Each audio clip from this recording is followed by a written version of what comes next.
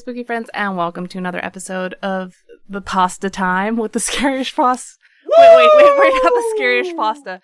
We're the Scariest Podcast, and I'm Rom Grace's Adam Diaz. Hello. Sorry about your eardrums, y'all. And today, we're here to read you folks some SCPs. Hell yeah. It is SCP night. Stands for Secure, Contain, Protect. I almost forgot it. I'm happy I didn't. Essentially, it is a website where you can go write up a story about either like a cryptid or some bizarre, creepy situation that either needs to be secure, contained, or protected from the world, or the world protected from it. You get it. But it's really, really fun. They have different classifications like safe, which is something that's safe. Euclid, which is something that's like not necessarily dangerous, but it's mainly because it doesn't have as much protocols behind keeping it contained. And then Keter. And Keter stuff is dangerous as fuck. And they're all fictional, we think. But they're all really well written, and sometimes they're hilarious, sometimes they're scary, sometimes they're heartwarming. I've done some really cute ones in the past that I really enjoyed. Are you doing cute ones today, too? I don't think so. I might have one cute one, and then I have one like weird one that I'm excited to get to. All right. So I actually haven't read mine for the first time in a while. I think I have one. It's not cute. It is like one of those things that are cute, but horrifying at the same time. Cool. Yeah. Like you. So, perfect. Thanks. That said, if you have a suggestion for an SCP, or if in the future on Pastatime you want us to read a creepypasta, you can always reach out to us by emailing pastatime@scarish.com or going to scarish.com, clicking on Contact Us, fill out that form, it comes directly to us, or hit us up on any of our social medias. We would love to hear from you that way as well. But yeah, if you also have a story of something that has happened to you, supernatural, spiritual, creepy, coincidental, true crime, extraterrestrial, you can hit us up by emailing storytime@scarish.com. We have storytime episodes where we read those from listeners. We would love to hear from you in that way or any of the other aforementioned ways. So would you like to go first, or would you like me to go first? Why don't you go first? Yours says safe. All right. So I'm like, let's start with a safe one. Okay, we'll start out. We'll lull people into a false sense of security. So I'm going to be covering first SCP-2800. So SCP-2800's object classification, as Robin has already stated, is safe. Special containment procedures for SCP-2800 is to be contained in a modified standard humanoid containment chamber that features a large sun lamp. 2800's hero syndrome is to be regularly monitored by psychologists. Whenever possible, 2800 is to be given menial tasks where it can assist others while under close supervision. It has been deemed by staff psychologists that allowing 2800 to assist in these tasks has significantly improved its morale and general disposition. Regular psychological counseling and monitoring for self-harm is recommended for 2800. 2800 has also been placed on suicide watch. Is this a creature? We're going to get to it. Description of 2800. 2800 is an anomalous male of Scottish descent, formerly known as Daniel McIntyre. Though when I saw this, I was like, this reminds me of Highlander, so I want to read this one. Formerly, and by the way, just in case you haven't heard, they're rebooting Highlander, and supposedly the last news that came out for casting is that Henry Cavill is going to play he the would fucking be a Highlander. Good one. He's just so hot. But he's good with a sword too, man. Yeah. Anyways, so Daniel McIntyre, though, SCP-2800 refers to itself as Cactus Man, the Spiked Menace. 2800 measures 187 centimeters and tall. 76 kilograms. I don't know about and possesses brown hair and green eyes. SCP-2800 possesses an expanded genome that contains DNA from the saguaro cactus. 2800 also has anomalous characteristics that are consistent with the natural physical properties of Carnegie gigantea plant, more commonly known as the saguaro cactus. 2800 has demonstrated the following anomalous capacities. The anomalous capacity to instantly grow 2 to 3 centimeter spines from all surfaces of its body. Hot. The spines fall off naturally, though 2800 can also voluntarily detach these spines.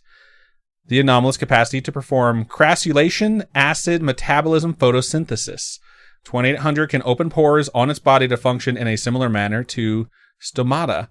The anomalous capacity to use water in a hyper-efficient manner. 2800 can subsist on roughly 1/3 the amount of water needed for an average male of its height and build. He's Cactus Man. 2800 produces roughly 1/5 the urea that a human of its height, build, and diet would normally produce. That's What, pee? I think so.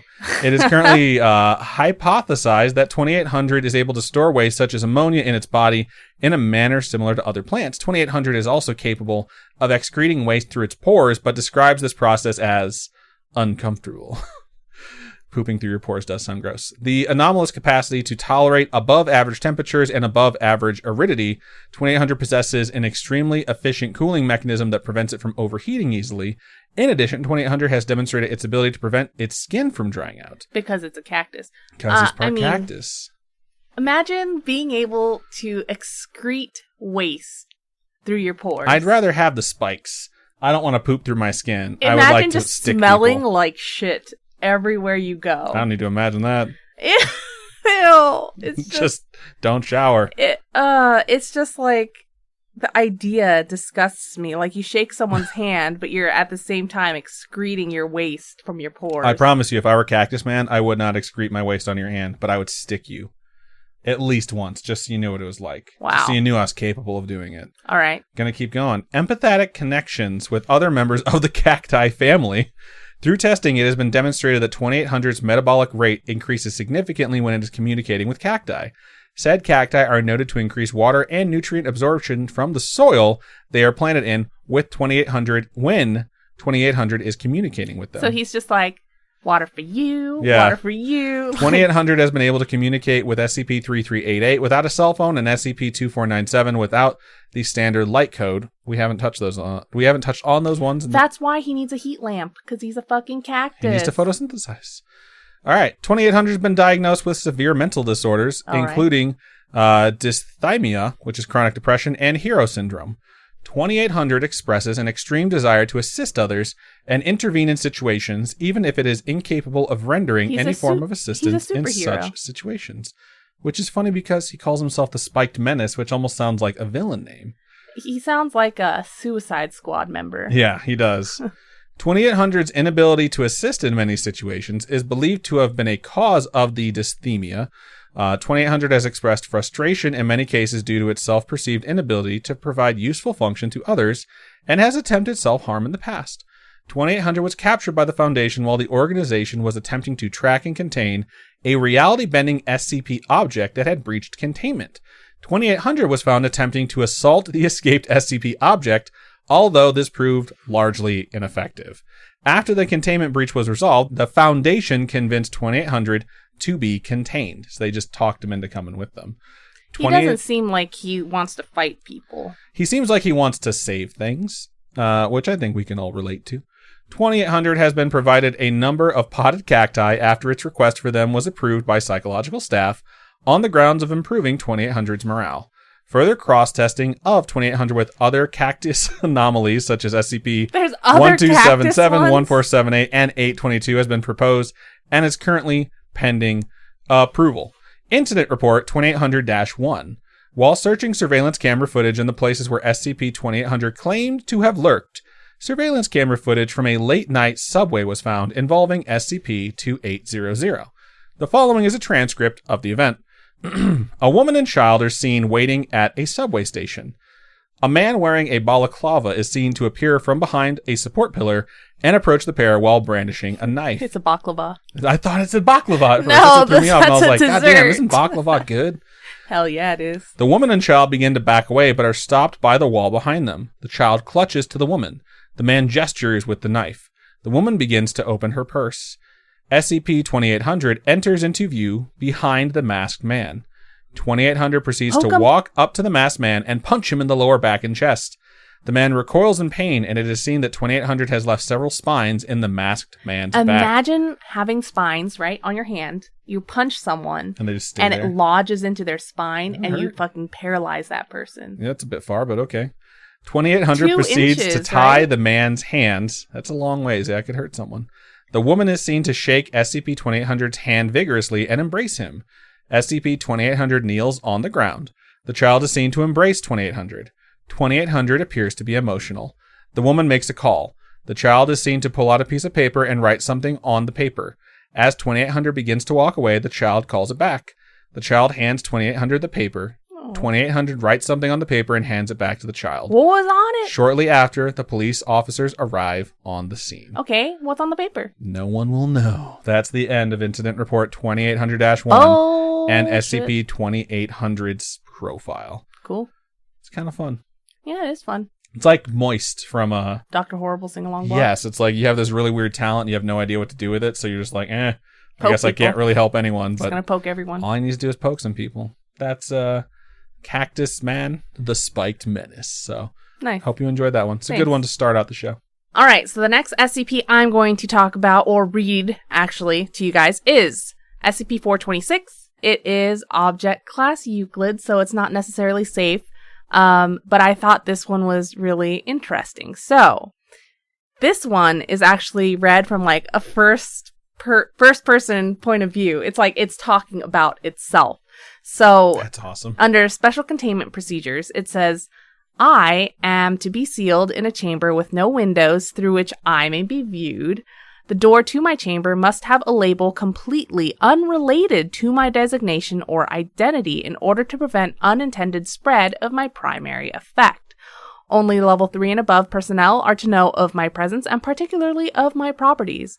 Assigned personnel are to be rotated out on a monthly basis to prevent contamination by my secondary effect.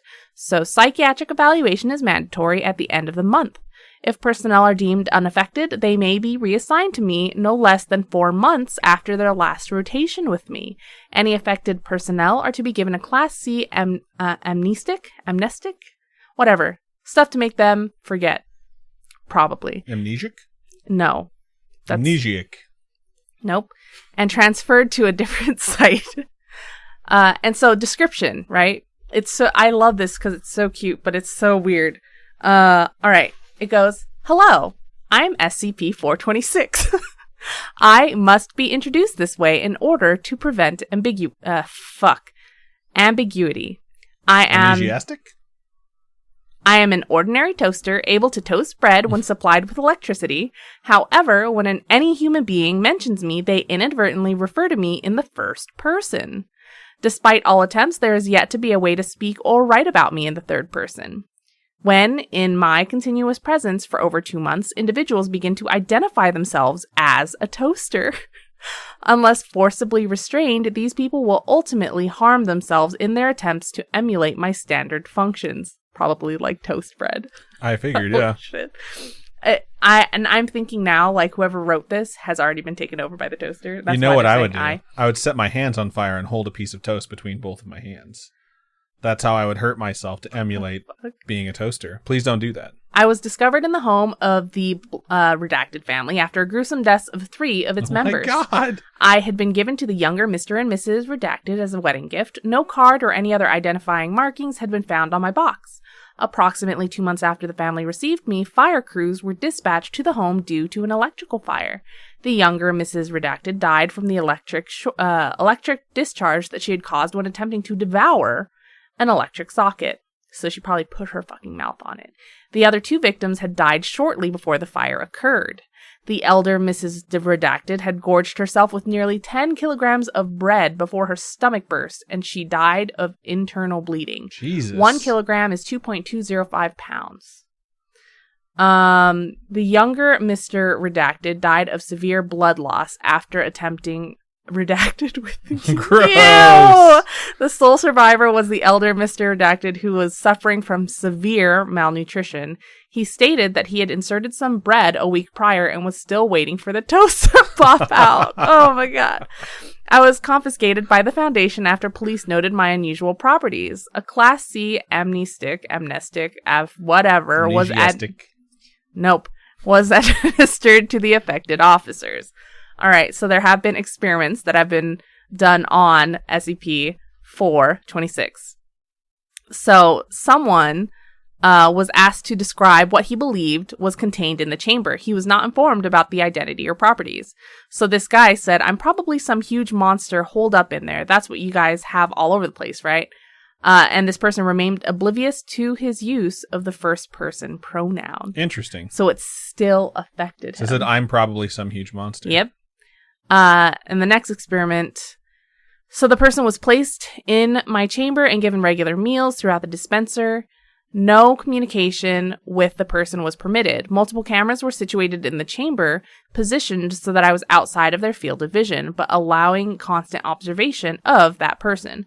We remained sealed until my secondary effect manifested in the subject. I was bolted to the floor so that I could not be moved into a camera's view. After 45 days of isolation, that person wrapped his arm around me and began conversing with me, stating that we were brothers. The person never deviated from using the first person plural when speaking with me. Subject was terminated 1 hour after this event. Jesus. It is theorized that the isolation accelerated the progression of my secondary effect. And then this next one says, a screw was removed from me and shown to this person who was experimented on, who was asked to describe it. The person was not informed about my identity or properties.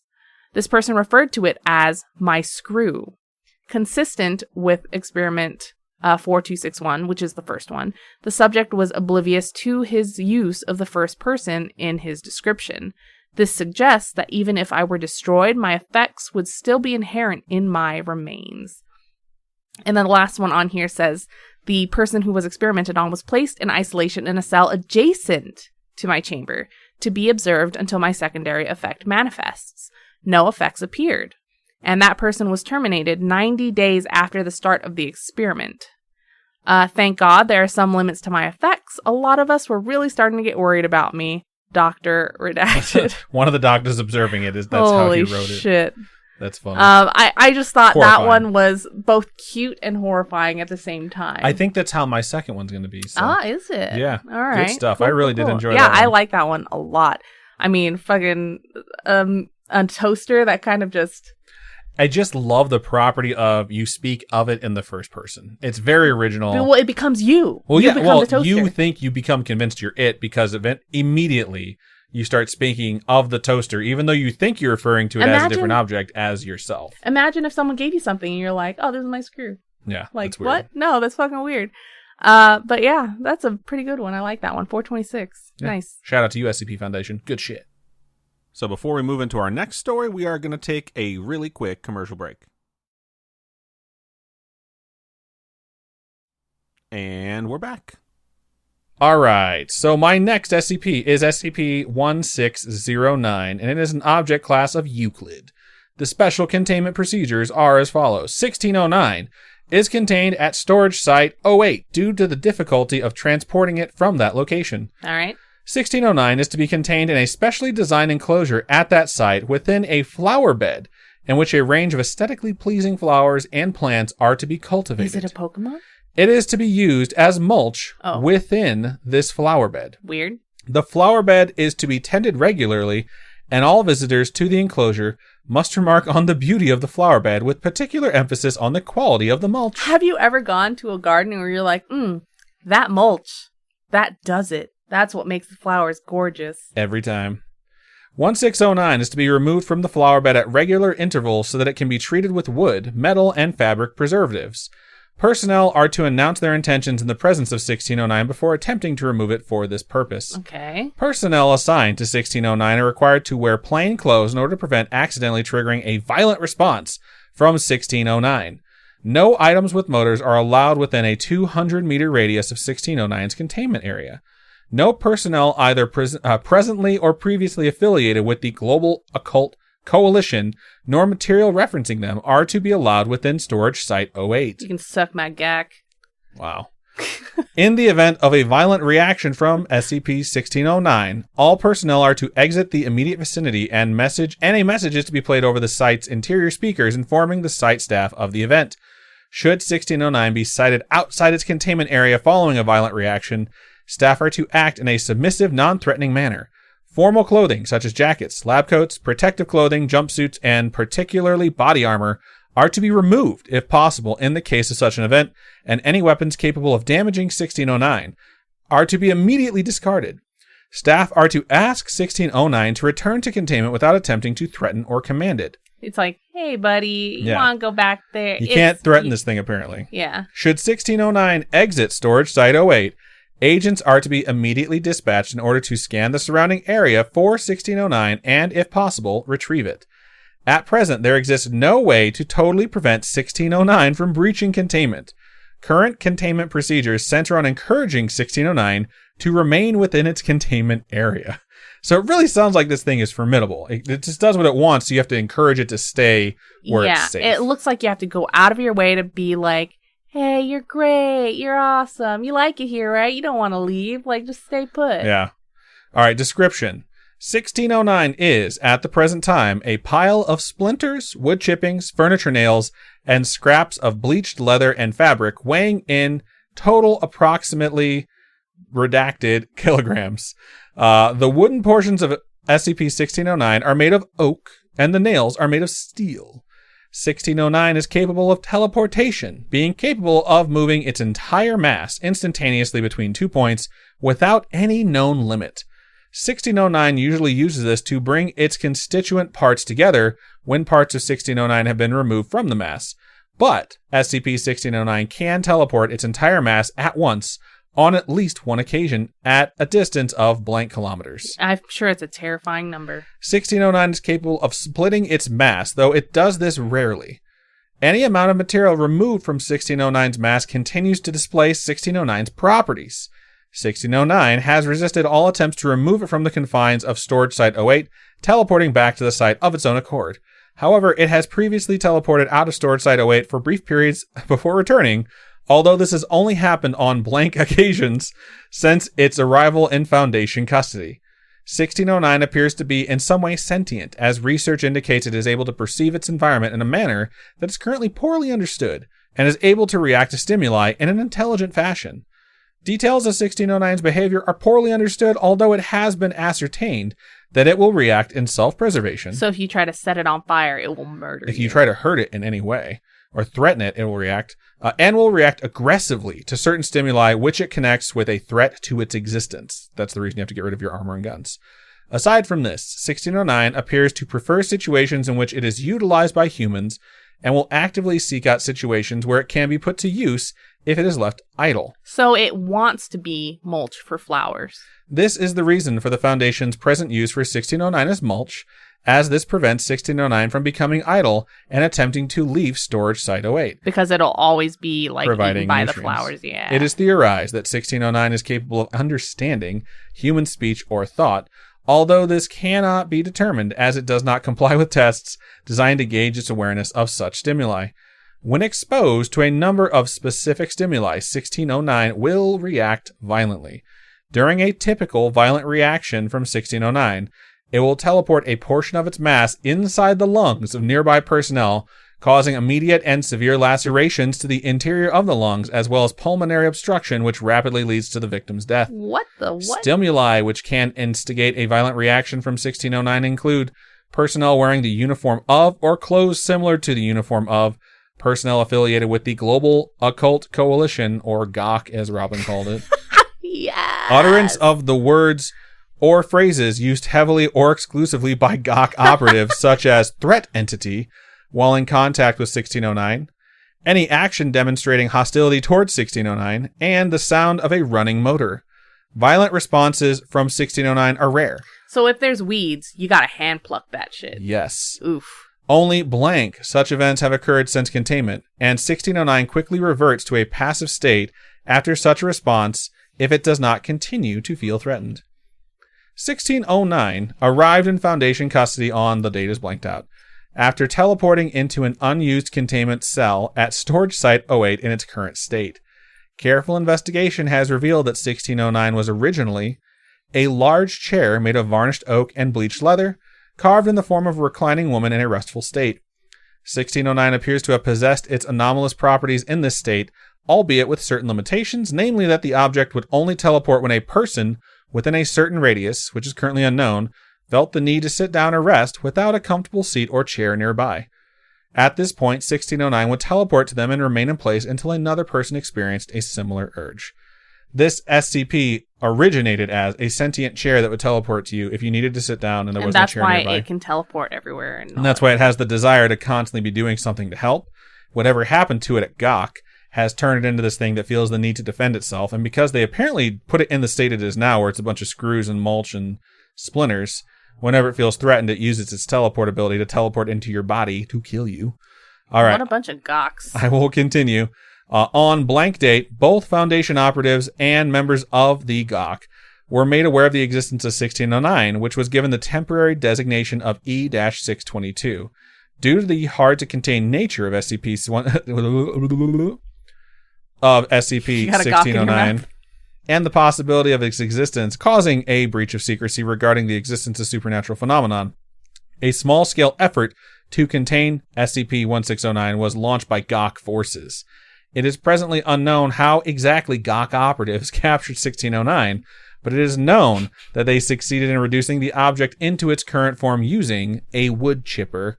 Further attempts to destroy 1609 failed due to its properties and ability to teleport away from sources of danger. Following this event, several members of GOC died under unusual circumstances. Investigation through both official channels and embedded foundations within the GOC has potentially linked 1609 to at least 3 deaths of personnel within the Coalition, although the true number of casualties amassed during their mishandling of the item is unknown. 1609 then arrived in Foundation custody. It is unknown how 1609 was aware of the existence of the Foundation, although it is theorized that it entered Foundation custody due to a low risk of further damage to itself.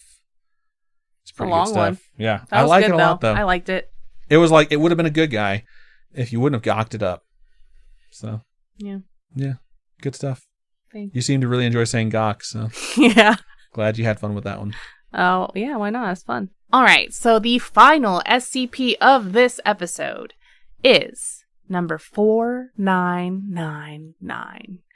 And its containment class is Keter, so that's kind of scary. The special containment procedures go like this. Due to SCP-4999's unwillingness or inability to appear before more than one person at a time, in addition to the subsequent and immediate death of any who witness it firsthand, 4999 is effectively self-containing. Any reports of 4999 manifestations captured by security camera feeds, photographs, or similar are to be investigated, and the media confiscated for analysis. All secondhand witnesses among the civilian populace are to be amnesticized. Pretty much, they wipe their fucking memory. Words. I like how you have this concept in both of your SCPs. Right? I mean, you're not supposed to know, man. SCPs are like, can't remember. All right, so the description. 4999 is a humanoid entity of unknown origins and composition. Its physical appearance varies, with dark formal wear being the only constant between manifestations.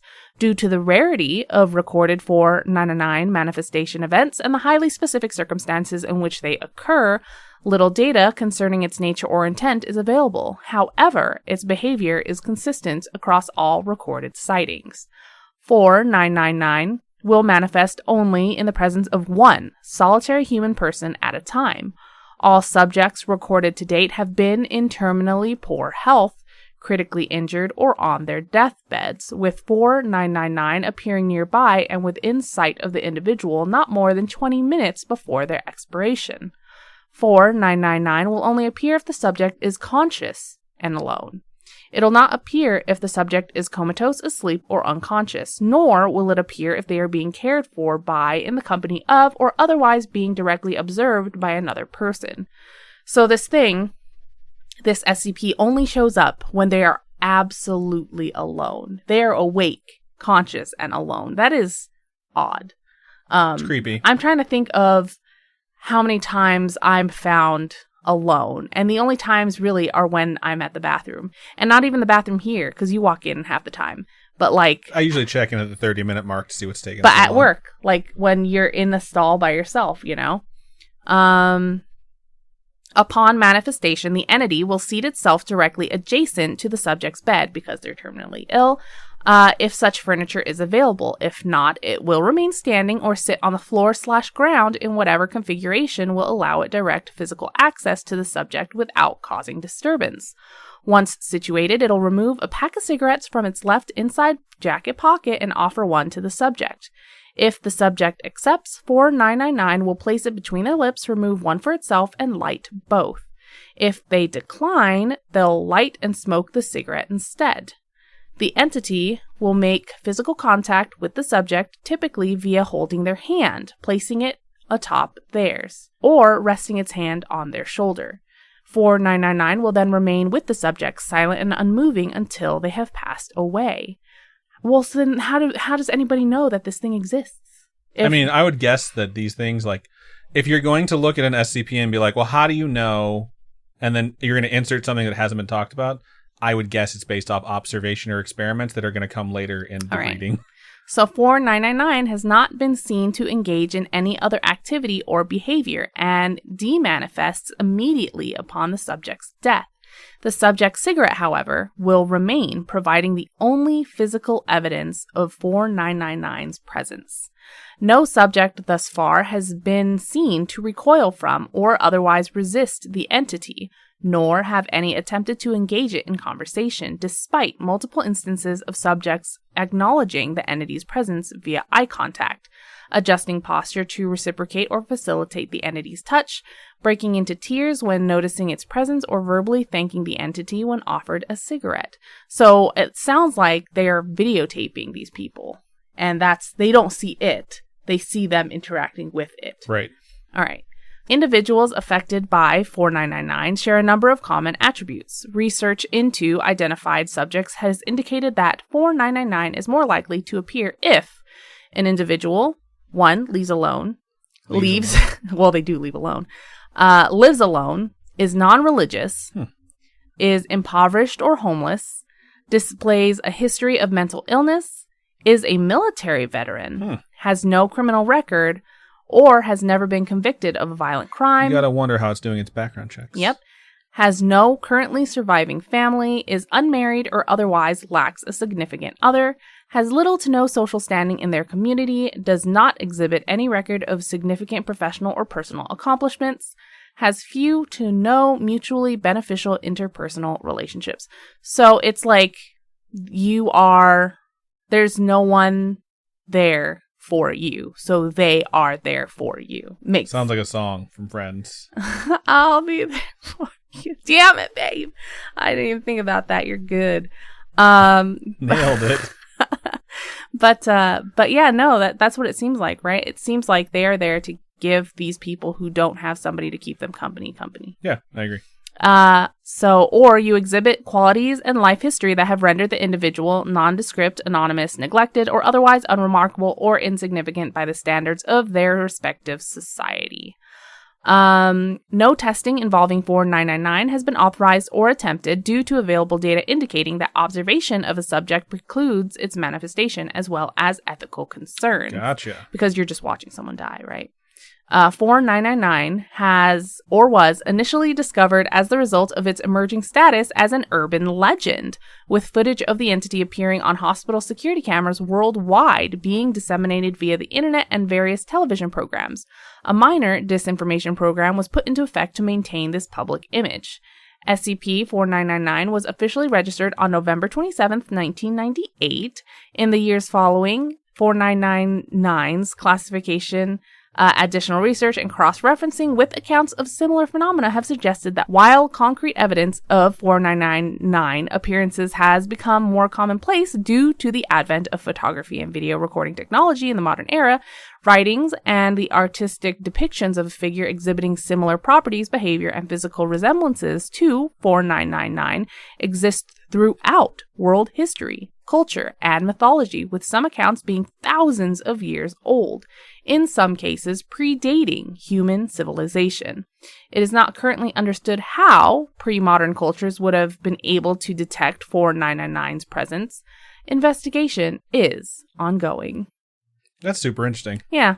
It seems like they are a Grim Reaper. I find it very interesting they have classified it as Keter, because it doesn't seem dangerous, even though it's present when someone's going to pass away. Yes. It seems like it's just there to sort of comfort people and like shepherd them across. I think it's Keter because they can't control it. Yeah. They can't contain it. It's out there.